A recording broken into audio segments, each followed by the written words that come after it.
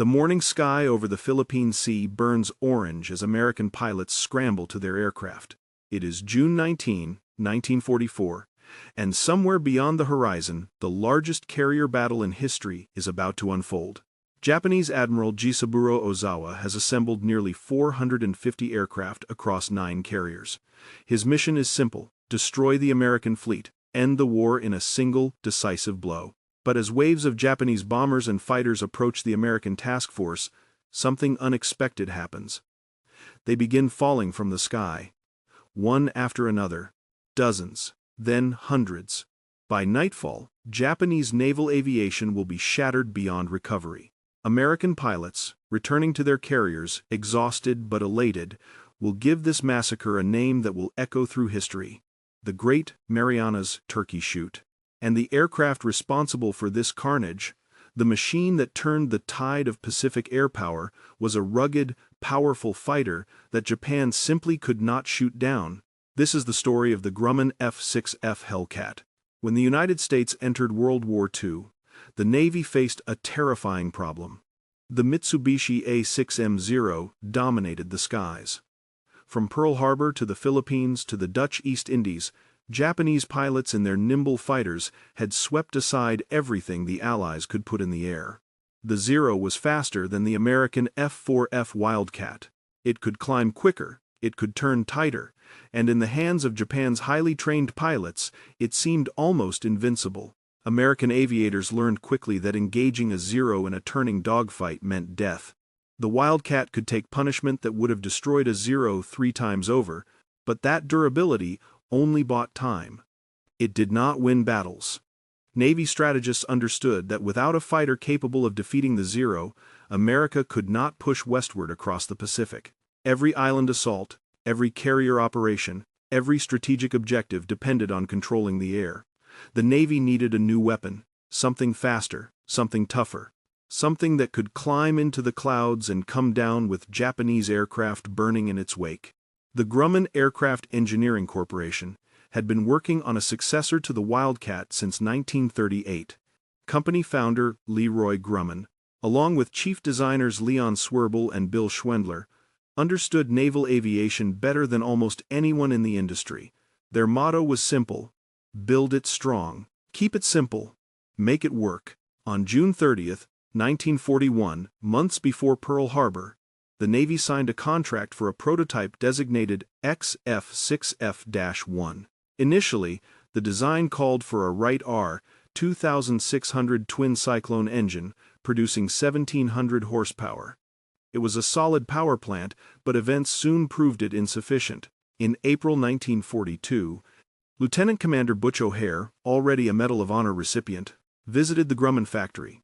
He sat down with engineers and described in vivid detail what it was like to fight the Zero. His message was urgent: American fighters needed more speed, more climb rate, more power. The Bureau of Aeronautics agreed, and on April 26, 1942, directed Grumman to install a far more powerful engine in the second prototype. That engine was the Pratt Whitney R-2800 Double Wasp, an 18-cylinder radial capable of producing 2,000 horsepower. It was the same engine slated for the Republic P-47 Thunderbolt and the Vought F-4U Corsair, but both of those programs had encountered delays, freeing up Double Wasp production for Grumman. The decision to switch engines transformed the Hellcat from a modest improvement over the Wildcat into something far more dangerous. Grumman engineers redesigned and strengthened the airframe to handle the additional power. They estimated performance would increase by 25%. On June 26, 1942, just 20 days after the Battle of Midway, the first prototype took to the air with the original Wright engine. 1 month later, on July 30th, the second prototype flew with the Pratt Whitney Double Wasp. Test pilots reported that the aircraft handled beautifully, with no dangerous quirks or vices. The only significant issue discovered during testing was tail flutter, which engineers corrected by reinforcing the rear fuselage. Grumman was so confident in the design that they put the Hellcat into production before testing was even complete. The first production F6F-3 rolled off the assembly line on October 3, 1942. It was a gamble, but one that would pay off spectacularly.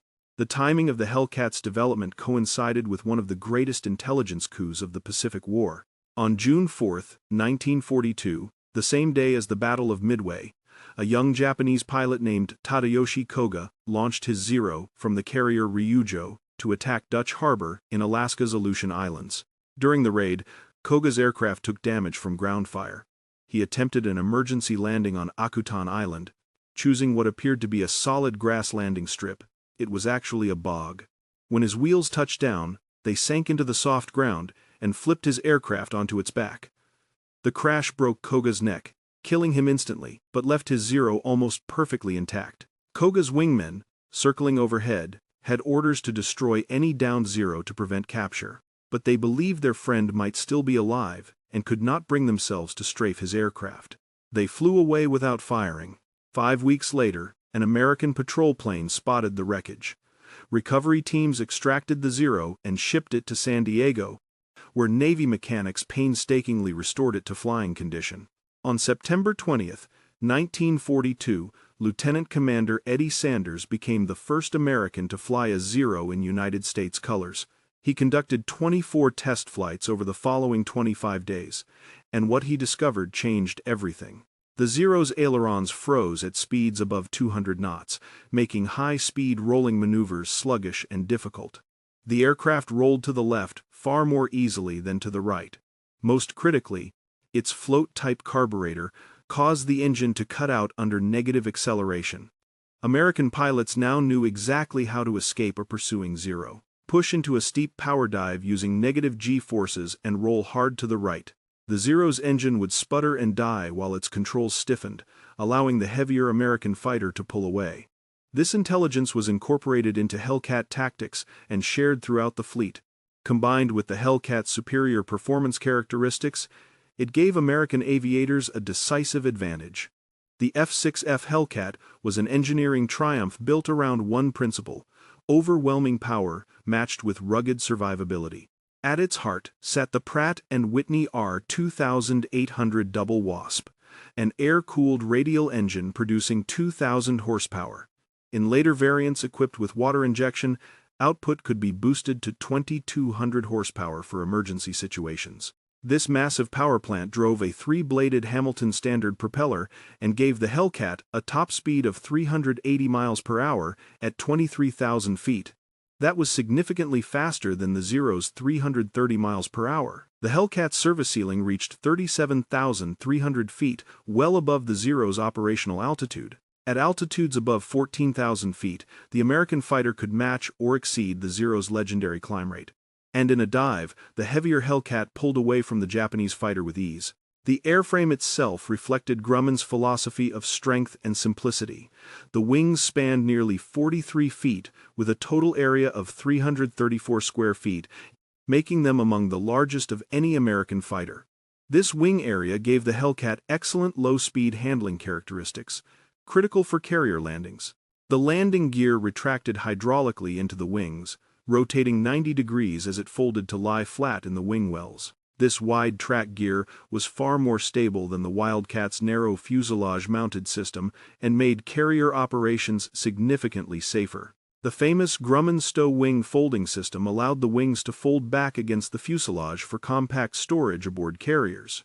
Survivability was built into every aspect of the design. The pilot sat protected by 212 pounds of armor plating around the cockpit, oil tank, and oil cooler. A bullet-resistant windshield helped protect against head-on attacks. The fuel system used self-sealing tanks that could absorb machine gun fire and seal themselves before catastrophic fuel loss occurred. When fuel contacted the special rubber lining, it caused the material to swell and plug the holes. These features allowed Hellcat pilots to absorb tremendous punishment and still make it back to their carriers. Japanese aircraft, built light for maximum performance, had no such protection. A single burst from a Hellcat's guns often resulted in fire or explosion. Armament consisted of 6.50 caliber M2 Browning machine guns mounted in the wings, with 400 rounds per gun. A 2-second burst fired approximately 130 rounds, delivering devastating firepower. Later variants could substitute two 20mm cannons for the inboard machine guns, providing even greater destructive capability against hardened targets. The F6F-5, which entered service in 1944, added provisions for external ordnance including a 2,000-pound bomb on the center line, rocket rails beneath the wings, and drop tanks for extended range. This transformed the Hellcat from a pure fighter into a versatile strike aircraft capable of supporting ground troops and attacking enemy shipping. The Hellcat's combat debut came on August 31, 1943, during a raid on Marcus Island. Task Force 15, built around the new Essex-class carriers Yorktown and Essex, plus the light carrier Independence, launched the first multi-carrier strike of the Pacific War. Fighting Squadron 5 lifted off from Yorktown before dawn, their untested Hellcats heading toward a Japanese garrison 1,000 miles southeast of Tokyo. The raid caught the enemy completely by surprise. All Japanese aircraft were destroyed on the ground before they could get airborne. 3 Hellcats were lost to anti-aircraft fire and engine trouble, but the mission proved the viability of coordinated carrier operations. 2 days later, on September 1, 1943, Lieutenant Dick Loesch and Ensign Albert Nyquist scored the Hellcat's first aerial victory when they teamed up to shoot down a Kawanishi H-8K Emily flying boat during operations associated with the Marcus Island raid in the northern Pacific near Japan. Throughout the fall of 1943, Hellcats systematically established dominance over the Central Pacific. During raids on Wake Island in October, F6F pilots encountered Japanese fighters in the air for the first time. The results were devastating. American aviators, using tactics developed from captured Zero testing, exploited every weakness in the Japanese fighter. The Hellcats climbed above their opponents, dove at high speed, delivered devastating bursts of firepower, then used their superior roll rate and dive speed to escape any pursuit. The Zero's advantages in slow-speed maneuverability became irrelevant against pilots who refused to engage in turning fights. By early 1944, the Hellcat had become the Navy's standard carrier fighter, and Japanese pilots began to dread encountering the big blue American machines. The Hellcat's moment of supreme triumph came in June 1944 during the Battle of the Philippine Sea. Admiral Raymond Spruance's Fifth Fleet was supporting the invasion of Saipan in the Mariana Islands when Japanese Admiral Ozawa sortied with 9 carriers and nearly 450 aircraft. Ozawa planned to exploit his fighters' greater range by launching strikes from beyond the reach of American retaliation. What he did not anticipate was the transformed state of American naval aviation. The American fleet included 15 aircraft carriers bearing nearly 900 aircraft, with the F6F-3 Hellcat as the primary fighter.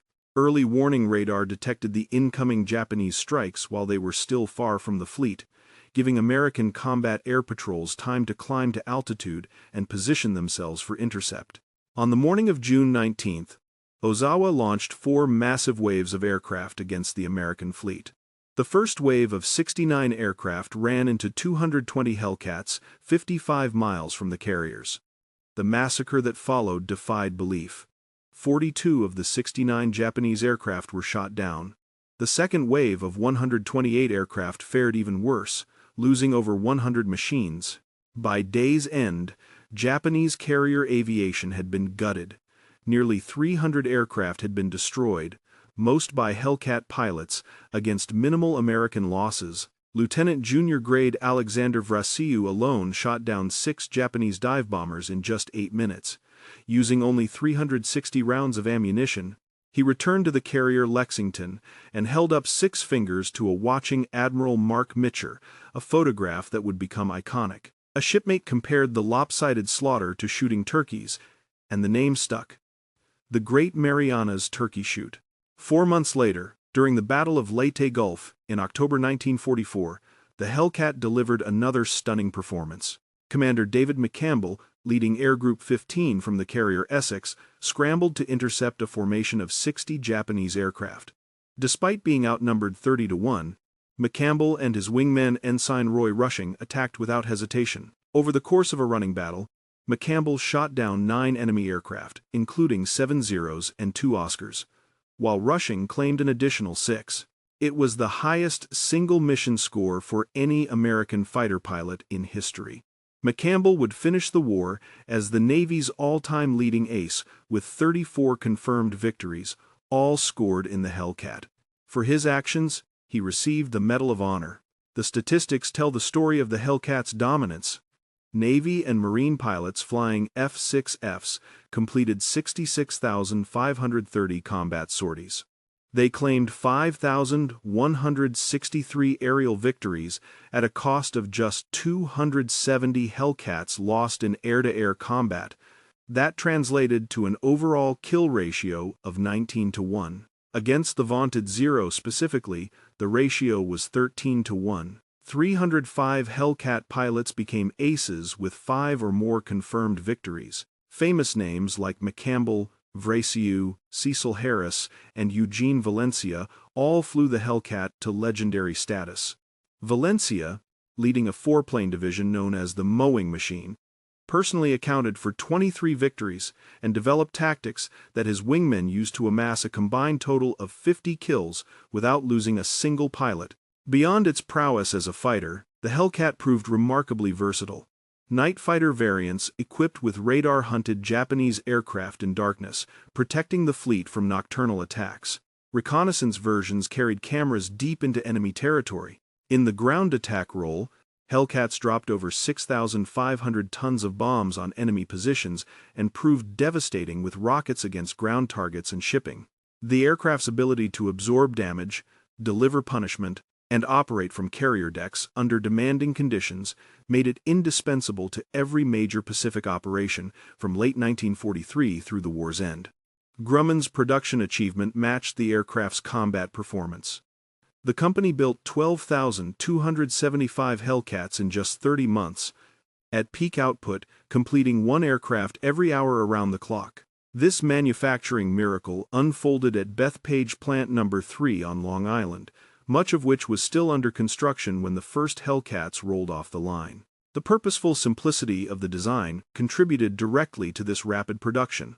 There were no exotic materials, no complex systems, no difficult manufacturing processes.